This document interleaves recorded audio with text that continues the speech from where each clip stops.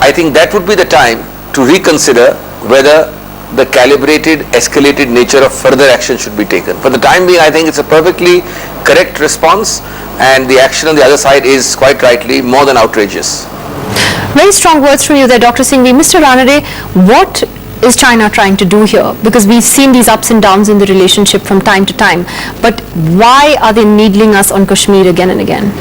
I think it's an ill-timed action.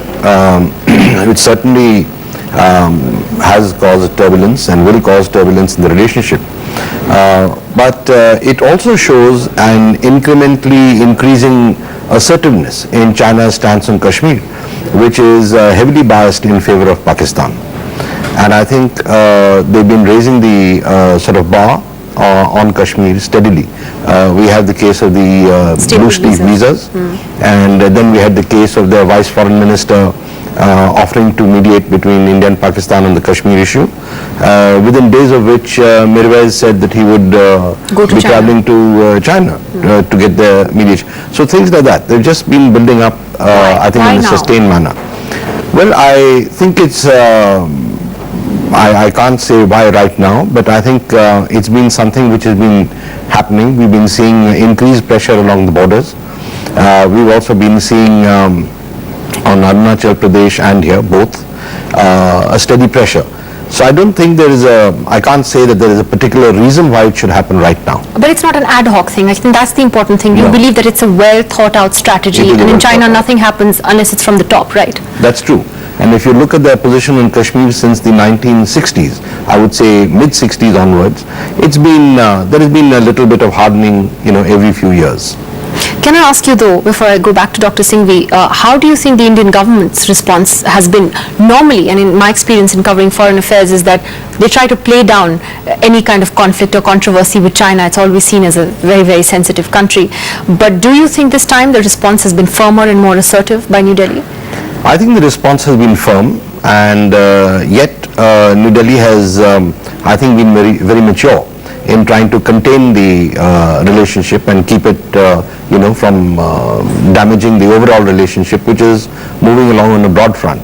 So I think they've been careful and mature, and let's see now what the Chinese do. But I'd just like to add that, we also have, India also has its national core interests as much as China does. And I think the leadership needs to be sensitive to our core interests. And I think let's see whether this is a final situation on the visit of the army commander or whether there is a rethink. Dr. Singhvi, finally to you on that question of how India has reacted. I know you said that you felt that this was the right response at this time. Generally, the perception has been that India has been very timid when it comes to China, that we really don't want to, that we're afraid to annoy China. Do you think that somehow, India has also asserted itself, especially lately? You had, the Dalai Lama going to meet the PM. Normally these things again are not leaked to the media, but this was. Do you see a change in the Indian attitude as well? Nidhi, there's an old trite saying in foreign affairs: there are no permanent interests, there are no permanent friends, there are no permanent enemies. There are only national interests which you have to take care of. If you come down to the actual hardcore actions or acts or omissions, India has never wavered in being firm on its basic stance. The way we put it may be a little more milder than the Chinese do, or a little more conciliatory, but we've never really wavered. After all, the Dalai Lama has now, the example you gave, been living here for the last 50 odd years, and there have been almost monthly or quarterly comments by China on this and that and the other, but we've stood firm. I think that's the way it should be, because the connecting points between India and China are many. There is a trade point, there is a sovereignty point, there is a cultural point, there is an exchange point, there is a political point. It's no point jeopardizing this entire basket and throwing it into the Arabian Sea on one particular issue. That issue has to be met with firmly.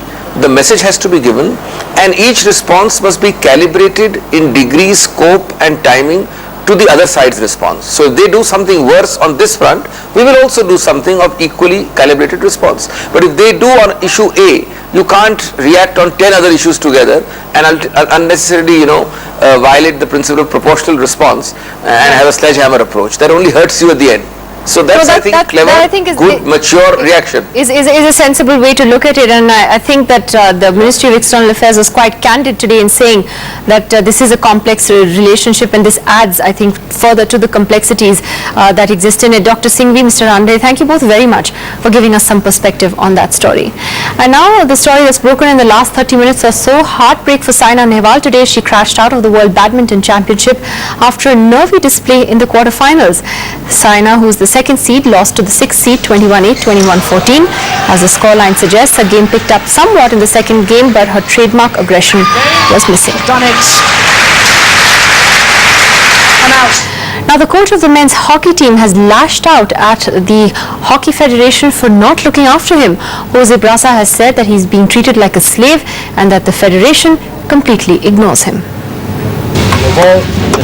Jose Brasa training with the national squad. The Spaniard lashed out at Hockey India saying, I am not going to renew my contract in the same conditions that I am here now, because I am not happy with what is happening here. And he asked me why, and I said, okay, one of the things is that in January 2009, everybody, when I came here the first time, everybody promised me the moon. one of Brasa's disputes with Hockey India is over Prabjot Singh. Brasa has repeatedly emailed asking to include the winger. मेरे ख्याल से ये इसमें hockey पिट रही है, जैसे hockey India के हाथ में फिर सिलेक्शन की डोर दे दिया, तो मेरे ख्याल से जब से हॉकी इंडिया आई है, हॉकी इंडिया बर्बाद ही हो रही है। तो मेरे ख्याल से हॉकी इंडिया को देखना चाहिए कि क्या करना क्या नहीं करना, क्योंकि ये बहुत से अच्छे प्लेयर हैं, मैं ही नहीं, बहुत से अच्छे प्लेयर हैं जो जिनको ये कैंप में नहीं बुलाते, ये इग्नोर कर देते हैं। Hockey India has dismissed Brasa's comments, saying he's trying to cover up for poor results, which included a disappointing World Cup, where they won just one game against Pakistan and finished 8th out of 12 teams. Incidentally, India's men's hockey team has never won a medal at the Commonwealth Games, and given by the current state of affairs, that looks highly unlikely in the coming edition as well. Arjun Pandit, NDTV. And finally, before we go, just a quick look at some images that really caught our eye today. Goodbye.